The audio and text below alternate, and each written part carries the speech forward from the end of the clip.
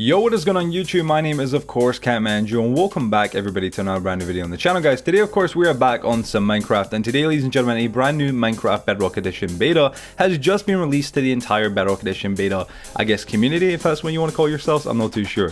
Anyway, so this new Bedrock beta has just been released and whatnot, and this is actually called, I believe, the 1.16.210.59. Now, and more exclusively, this Bedrock beta isn't just like any normal Bedrock beta. It brings some new caves and cliffs features, including the elusive and amazing, of course, incredible, as it's actually labeled by JWell as one of the Mojang community managers, the glow squid. It actually brings the glow squid, and we can actually finally use it and see it and test out exactly what this whole thing does. Alright, so yeah, let's get right into the video. So our news as always begins on Twitter with JWell, again one of the Mojang, or Minecraft community managers at Mojang Studios, tweeting out by saying today's Minecraft beta is going to be incredible. It's incredible, but you know what I mean, you get the pun.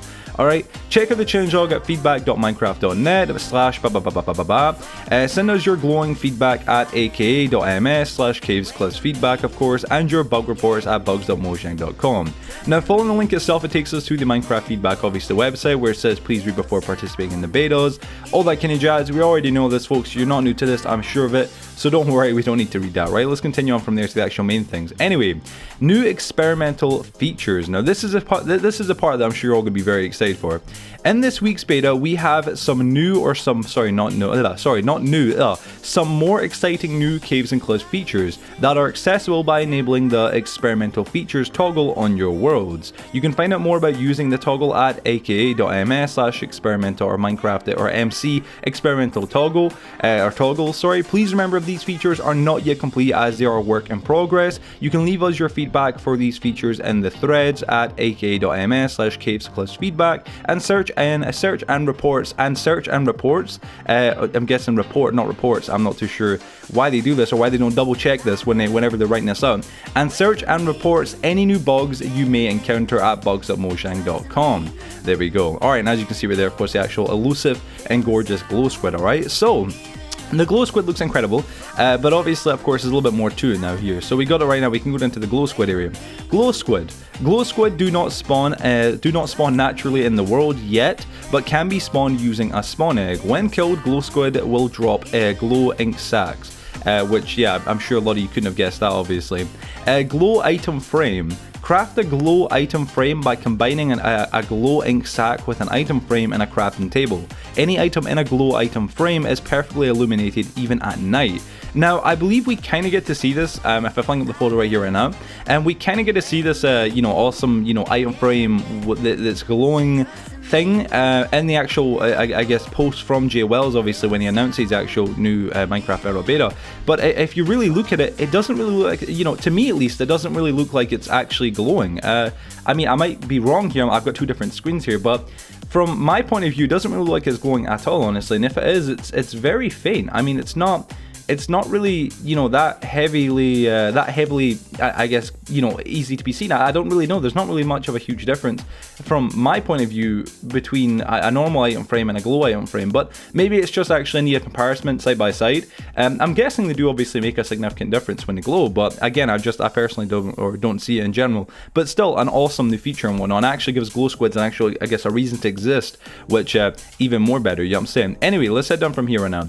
Other changes. Players can now use dye to color sign text. So this is obviously glow dye, I'm guessing the glow dye itself, or I think they actually mean just general dye, I'm not too sure.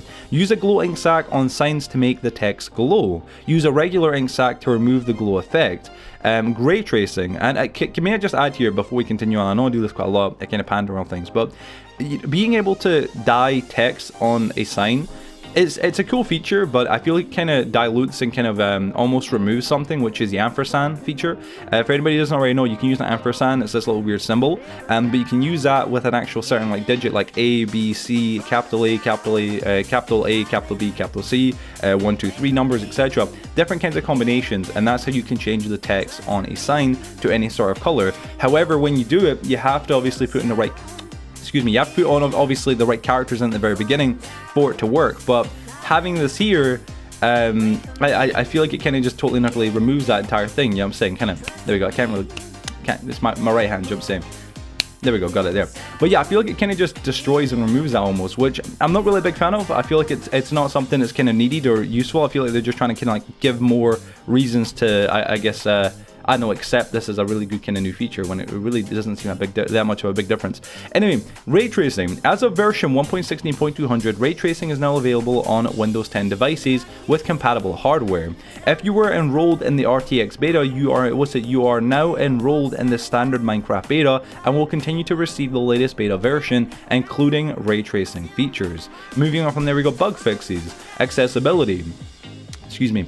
The screen reader now announces the names of the A/B buttons swap and X/Y button swap options correctly.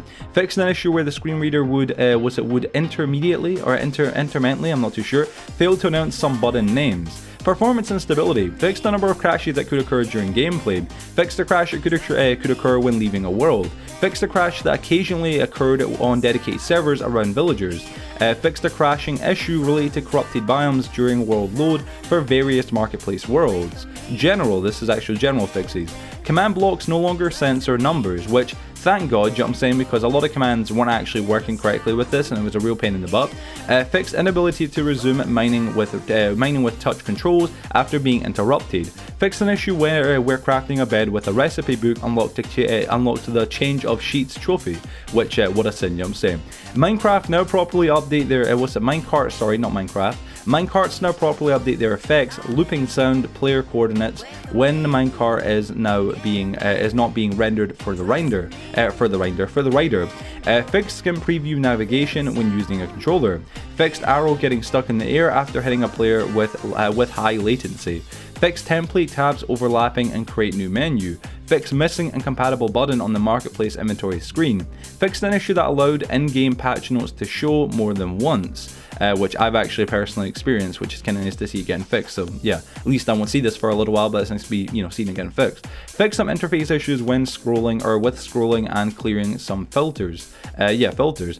Graphics. Fog once again correctly displays in the nether. Cloud storage Xbox is another fixed here. Resolved an issue where in certain cases a world could not be properly synced to the cloud Xbox only. If you're having trouble syncing worlds, please try opening the world on the original Xbox. Save/quit, then wait a few moments while the world is resynced into the cloud.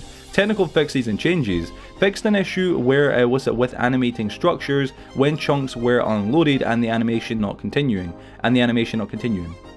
Not too sure what that's regarding. Let me see. Attachable items created in 1.16.2 and before will not render for their player in first person.